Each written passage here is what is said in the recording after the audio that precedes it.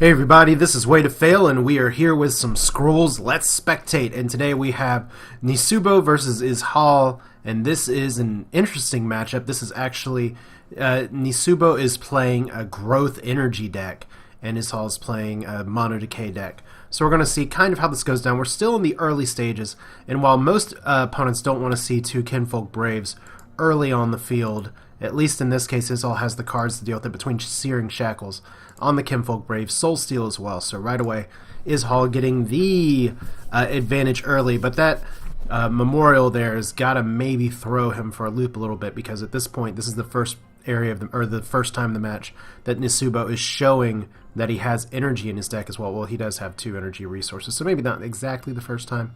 But I'm curious to see what Nisubo's doing with his deck and how it stacks up against Izhual's mono decay, because right now, let's see here. First off, that Stone Pack Memorial, you love to put Searing Shackles onto structures just because it does a bunch of damage to the idols the whole time. But Growth at least has Quake, which can remove your own structures as well.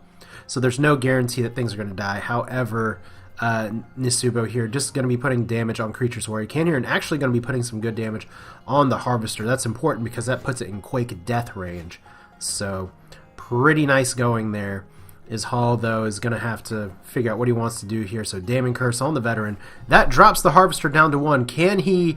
No, he cannot actually knock the cooldown down, which means, unfortunately for Izhual, Nisubo has he had a Pocket Ragged Wolf. I guess he sacrificed it.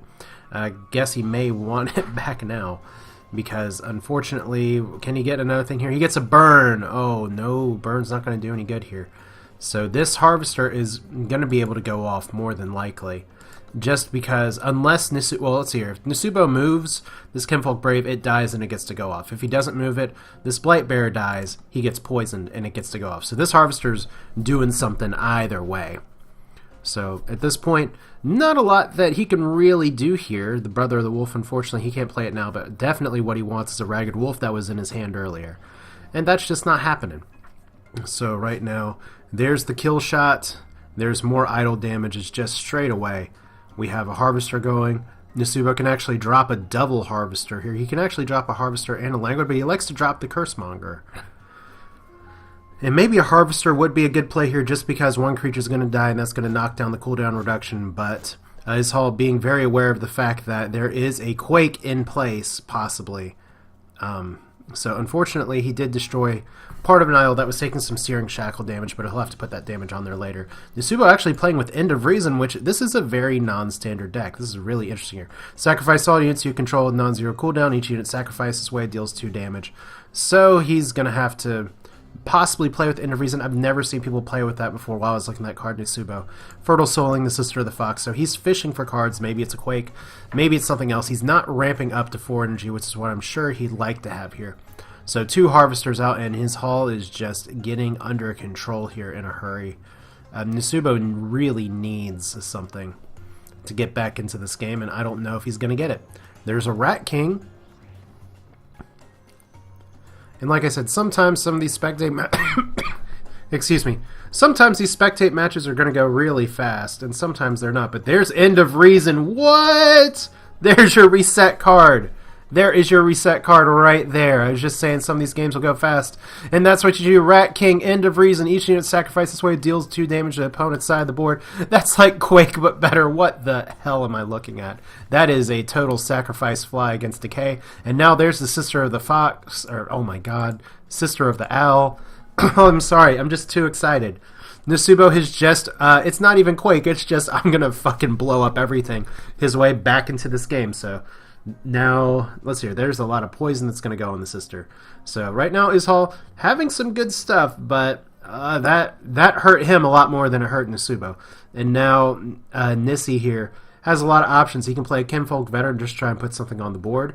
He can rally and see if he can increase his Sister's attack. He's got a lot of options here.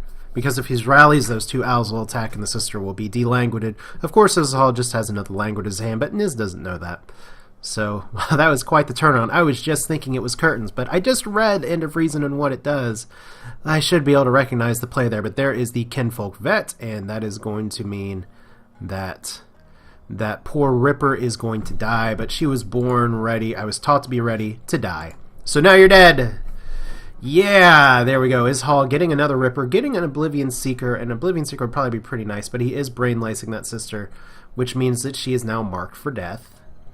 And he, let's hear. So there's a Ilmire Tribesman as well. So at least trying to get some creatures on the board at this stage of the game. That sister is going to die no matter what, and Izhual is going to get 2 cards out of it. So what can he get from that? A Burn's probably not going to do him a lot of good. He doesn't even have enough resources. A Scattergunner and a Rally, on the other hand, that's going to be really nice. And it looks like that's the play he's going for here, just to try and take out this friendly chap with a walking stick. So sacrificing for cards. Oh, Fertile Soul would have actually been really nice on the sister, but that's not going to happen now because she's... When you're a Brain Lice, it's going to be a poison either way. And the Rally there means that one idol is down. So Nisubo really turning the game around completely with End of Reason. So I wanted, like I said, I wanted to see what Nisubo's growth energy deck looked like, because that is something you really, really do not see. And I don't know if this is ranked or unranked. I didn't check.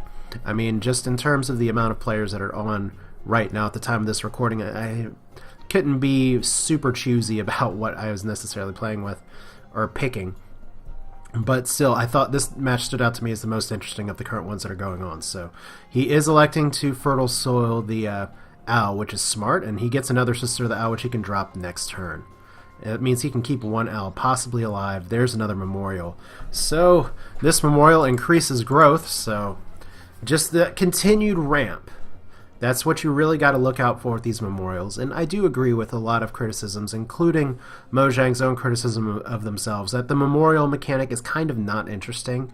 I mean, it works okay for things like little ramp tiny cards in, say, Magic the Gathering, where you get token resources or token manas and stuff like that. But in Scrolls, where it's really a tile-based control game more than just a straight-up card game, it doesn't work as well because that's one less tile of interesting stuff happening. But right now, Izhual actually protecting his Oblivion Seeker with a Blight Bearer. He has a Double Watcher. He could try and go for a Double Watcher, Neck or get an Ultra Cheese. But Nisubo has his End of Reason in hand. So that's like the Anti-Quake right there. There's a Scattergunner. He's going to possibly get one shot off. But at this point, Nisubo just needs to choose and say, does he want to poison his veteran? And it does not look like he wants to do so. In fact, he's just going to let it ride at this point. So I think Sister of the Owl is going to be the play here. Possibly a Kinfolk Brave as well. 2 Rat Kings is really good. End of Reason is a great board clear combo with Rat King. Unfortunately, it doesn't do idle damage.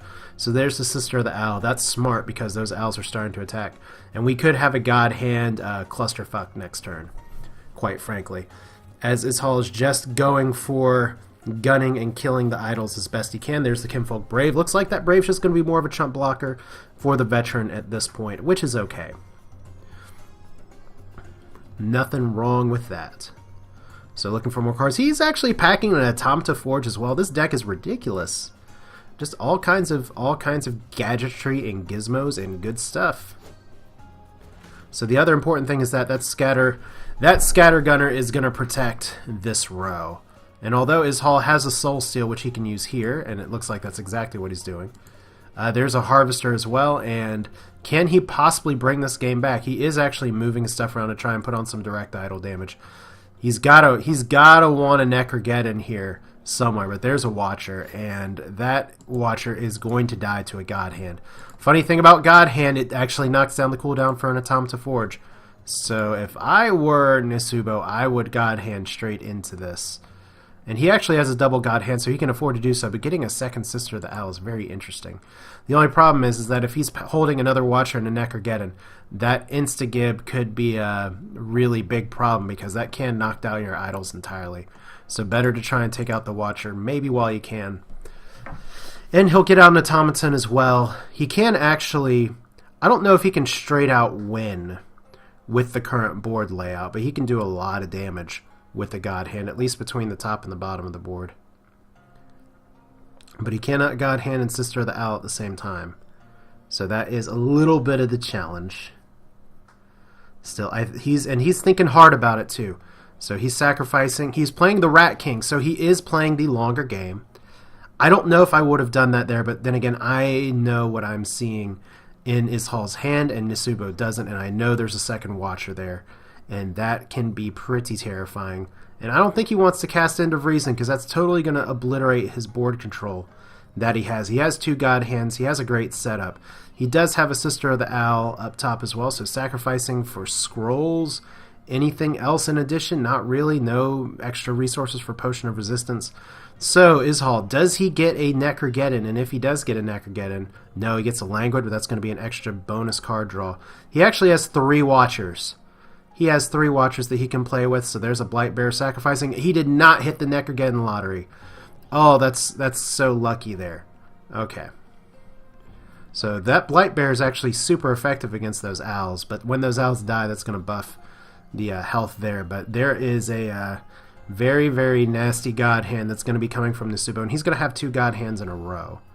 So, good to see that. There is the Automata Forge about to go off. He does have a Potion of Resistance if he wants to use it, but the more important thing right now is he can burn a target, and actually, if he God Hands, he can win this turn.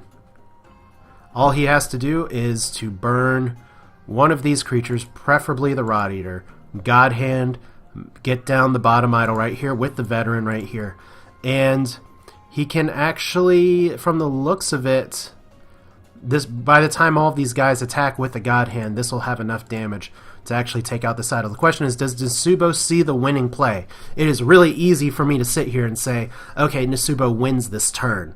But as you've seen if you've watched any of my other videos, when you're in game and you're sort of thinking on you see that clock ticking down, the plays are not always so apparent.